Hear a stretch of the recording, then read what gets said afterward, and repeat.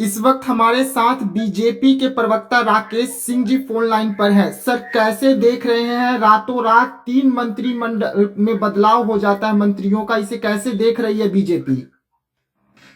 देखिए, सनातन विरोधी अब नहीं टिकेंगे। जी सनातन का विरोध करना महंगा पड़ा। जी। कब तक सनातन विरोधियों को ये सरकार पाल के रखेगी? एक दिन ये आना था समय। सनातन का विरोध, हिंदू धर्म का विरोध, देवी दुर्गा, माँ सरस्वती, लक्ष्मी का विरोध, तुलसीदास जी के रामायण पर पश्चिम, ये लगातार चंद्रशेखर जी कर रहे थे। शिक्षा मंत्री, एक राज्य का शिक्षा मंत्री अगर इस प्रकार का बयान दे, तो शिक्षा मंत्री अगर इस प्रकार का बयान देगा तो फिर क्या मैसेज जाएगा बच्चों में, राज्य में? क्या क्या वातावरण बनेगा? जो शिक्षा मंत्री अपने धर्म संस्कृति पर कुठाराघात करता हो, धर्म संस्कृति के खिलाफ बोलता हो, राम रामायण तुलसीदास राम पर कृष्ण पर प्रश्चित खड़ा करता हो, ऐसे लोग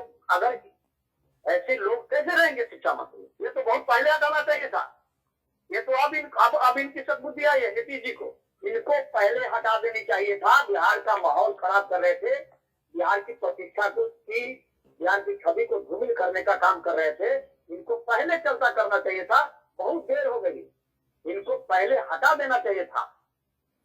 आप कह रहे हैं कि नीतीश जी को अब सद्बुद्धि आई है, लेकिन कयासों का दौर तो चालू है कि बीजेपी से जो ऑफर मिला है इस वजह से नीतीश कुमार फ्रंट फुट पे आके खेल रहे हैं। देखिए, वो विषय, उस विषय को बता दे रहे हैं। बीजेपी से कोई ऑफर नहीं है, किसी प्रकार का ऑफर नहीं है। भारतीय जनता पार्टी ने से दरवाजा इनके लिए बंद कर दिया, लेकिन भारतीय जनता पार्टी हमेशा सनातन का जो विरोध करता है उसके विरोधी रहा है। हम लोग सनातन की बात करते हैं, हम लोग धर्म संस्कृति और सभी धर्मों का ख्याल रखते हैं, लेकिन बार बार इस प्रकार का बयान जब से गठबंधन गठबंधन बना तब से लगातार सनातन के खिलाफ बोलना ये फैशन बन गया। इन लोगों को लगता है जैसे सनातनियों को गाली दे दो बहुत सम्मान बढ़ जाएगा। इस प्रकार की जो बातें देश में हो रही थी, बिहार में भी हो रही थी, बिहार से शुरुआत हुई थी, ये गड़बड़ था, ये गलत था। एक शिक्षा मंत्री को इस प्रकार का बयान देना उचित नहीं था। इससे ठीक है, बिहार की भी छवि खराब हो रही थी। ठीक है। जहाँ नालंदा विश्वविद्यालय, हम मानते हैं, आपका मानते हैं बात को कि शिक्षा विभाग के मंत्री का जो ये बदलाव किया गया सही है, लेकिन साथ में 2 और मंत्रियों का भी तो बदलाव हो गया ना सर। तो क्यों ना माने कि इस वक्त जो बिहार में खिचड़ी बन रही है बिहार सरकार के द्वारा, और जिस तरीके से नीतीश मंत्रियों का बदलाव नहीं हुआ है, इनके विभाग को उनको दिया गया है जी, लेकिन मेन विषय तो शिक्षा मंत्री का है। शिक्षा मंत्री का जिस प्रकार का आचरण हो गया था उससे स्पष्ट था।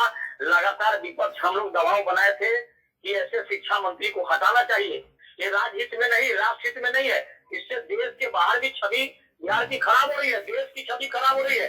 माननीय प्रधानमंत्री जी का भी आया था ट्वीट उस समय, बिहार की छवि को धक्का लगा है।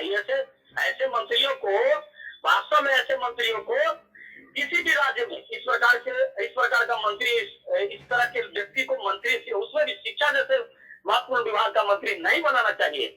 ये सरकार का देर से लिया गया फैसला। सरकार को पहले इस प्रकार का कदम उठाना चाहिए था।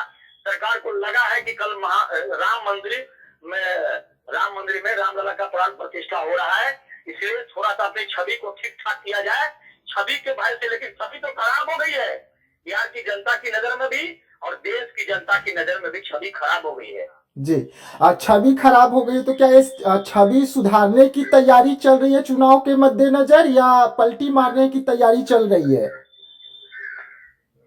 देखिए बता रहे हैं, ये बिल्कुल आई बात है।